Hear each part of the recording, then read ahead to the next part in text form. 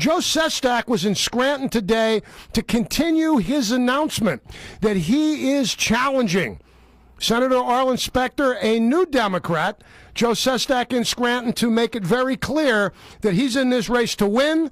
He announced earlier in Philadelphia his intention, and even though he's supposedly the underdog, I have a feeling that Sestak has a lot of fight in him. Thanks for calling the show, Joe. How are things in Scranton today? They were great. Steve, they were just great. I did a tour in July, as you know, of 67 counties throughout the great Commonwealth of Pennsylvania, and I met a lot of great citizens.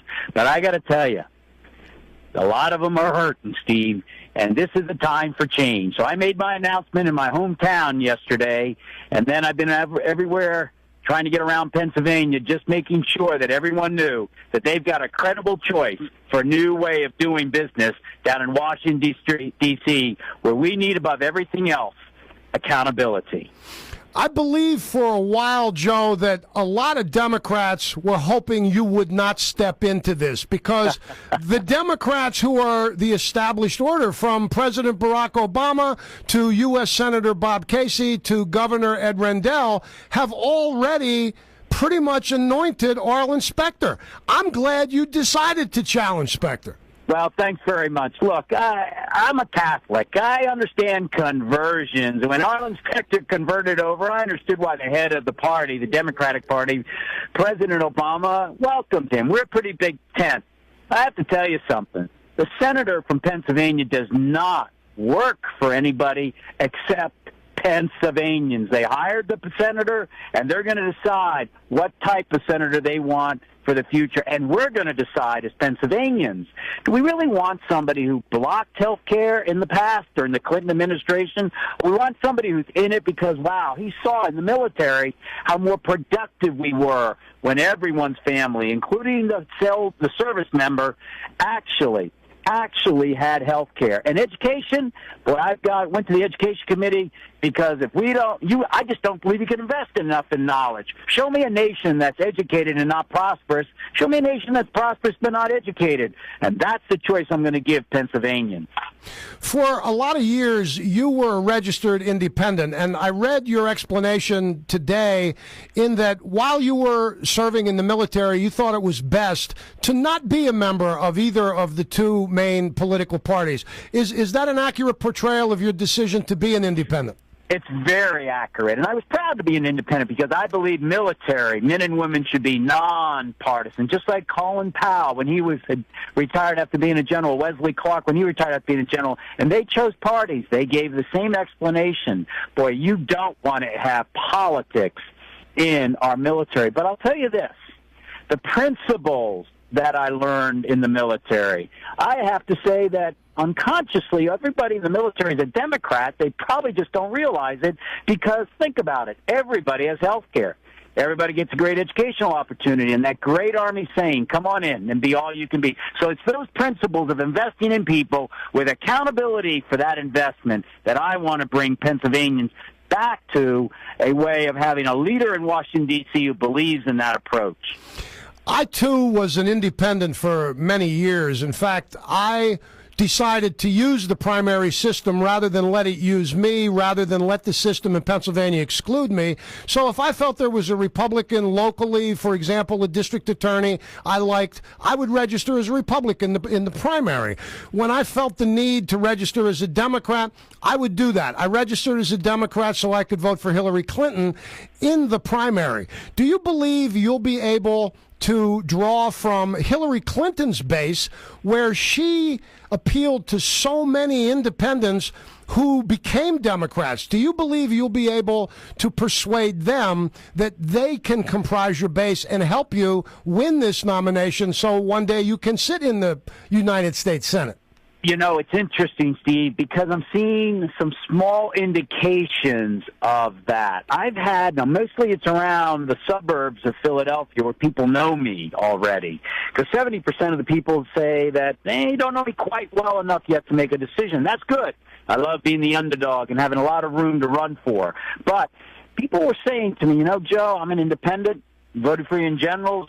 I'll be switching a primary. And those Republicans who got to know me, a number of them said we'll be switching for a bit. Although I did have someone say, I saw one too many party changes from not just independent, from one party to another. Joe, I'm for you for the election, but I didn't like what I saw recently, someone changing the party, so I'm going to hold off, but I'm for you in the general. So I see some indications there, but here's the bottom line. I think we independent-minded Pennsylvanians look at the person. Is it a person of principle?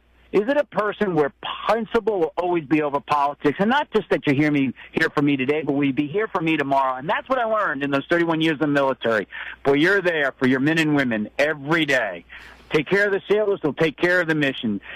Help take care of Pennsylvanians, what they need, they'll take care of America. I do this show 5 days a week, 4 hours every day, and we talk politics all the time. I think you're correct in talking about independently minded voters, because northeastern Pennsylvania is loaded with a streak of independents that I'm very proud to be part of. I always did best in fights that people told me I couldn't win. And that's the kind of fight that I believe you're into, and Scranton, Pennsylvania is loaded with those kind of independent voters, and I believe you've got a base that you can work here because people are willing to fight for change. They know that the times are tough. They know that they're not getting a fair shake, and they know that they deserve good government. So I would spend a little bit of time up here in hard coal country, Joe Sestak. You got it, and that's why I was there today. Let me tell you something. I also believe this, that we Pennsylvanians really believe that even in adversity, there's opportunity. And we've got some pretty adverse times right now. My pop's an immigrant from Czechoslovakia, came on over with his father, who worked in the steel mill, Lukens in Coatesville. We're very strong people who actually, I think, however, as you just said, realize.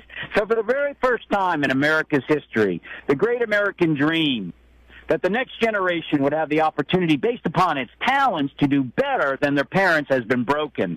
And we're going to restore that dream, because that's why people came here to America, and it's why we want it to be the greatest in the world. I'm the grandson of an immigrant from Ireland, a 45-year coal miner. My dad was one of the best homicide detectives in the state police. And you're in a community here loaded with the ancestors of immigrants. That's why it was interesting when Arlen Specter made a fool of himself by telling the Polish jokes. I got on the telephone and invited him to come on the air, and he was very quick to come on the air and apologize and be repentant, because whatever his reason was for making the fool of himself, he did that. But I haven't heard a word from Arlen Specter since I gave him this platform, since he's become a Democrat, and I will be inviting him as well. But I want to invite both you guys so we can get a better chance to know you, the candidate, and Arlen, the new Democrat. How much of your time, Joe, do you expect to spend grassroots politic, and how much time then do you expect trying to raise the big money that you'll probably need? I'm going to have to raise sufficient money. I know that, and I will do that. But I love getting around and talking with people. And this is going to be a grassroots campaign. Look, the establishment is for Arlen Specter. That's fine. I'm not out just for the establishment here. No, I'm out for the working people, and I need them to get a cut of my jib. And I want to be everywhere you possibly can be around this great state. And you know what? I get something out of that. I get the energy, and I get the ideas of how to do things even better. I have to tell you, when I went into one of the counties in 67, and someone, when I asked them how's the recession, said, Joe, it isn't that bad because we're already hurting so much. That just put a fire in me to do even more. What kind of an organization have you put together? Well, it's a great organization. I have about 5,000 volunteers. I mean, that has always been with me. And we always keep our campaign office open because people come and go. And those Republicans that have become Democrat, we wrote letters to them.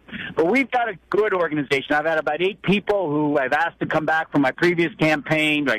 And I've got one who's come on and run several campaigns in Virginia as my political director. I've got three gentlemen, because I believe in media so much. I learned that working for President Clinton at the White House when I was Director of Defense Policy, and the national security advisor was Tony Lake, who said, never turn down an opportunity to talk with the press, because you help to have people understand what our policy is. And I feel that as a public servant. So I have three individuals, two of whom worked for me previously, who are my communications, my media directors, because I want people to know who I am. Look, I want them just to have a choice. And I want them, when they ask me a question on an issue, to get a straight answer. Because I want them to know that, boy, when I'm down there, that's what you're going to get. And so we've built up steadily a good staff. We don't try to overdo it too early because we like to put our money out there at the right time. I learned that in the Navy. You know, you do good planning. But I'll tell you, the grassroots and the volunteers went through 67 counties. We found every radio station. I found anybody who came, got their names and numbers, had a gentleman sitting in the back seat of the car who was on a wireless, and immediately put the information in. We went on Facebook, Twitter. It's about communications by a heck of a different way, because I'll try to shake everybody's hand, but I can't do that, so they're going to at least get something from me, and hopefully I'll get great feedback. Well, I'll tell you, you've got a platform here. I hope you use it. We'll look forward to talking with you more as your campaign progresses, and good luck with your bid for democracy, Joe. Absolutely. Thanks. And, you know, I protected democracy for 31 years, and now it's great to be deeply in part of the best part of it, the electoral process, to choose our leaders, to be best stewards of this nation. Thanks. Have a great evening. Thank you. U.S. Representative Joe Sestak challenging oil inspector for the Democratic nomination to be the next U.S. Senator from the Commonwealth of Pennsylvania.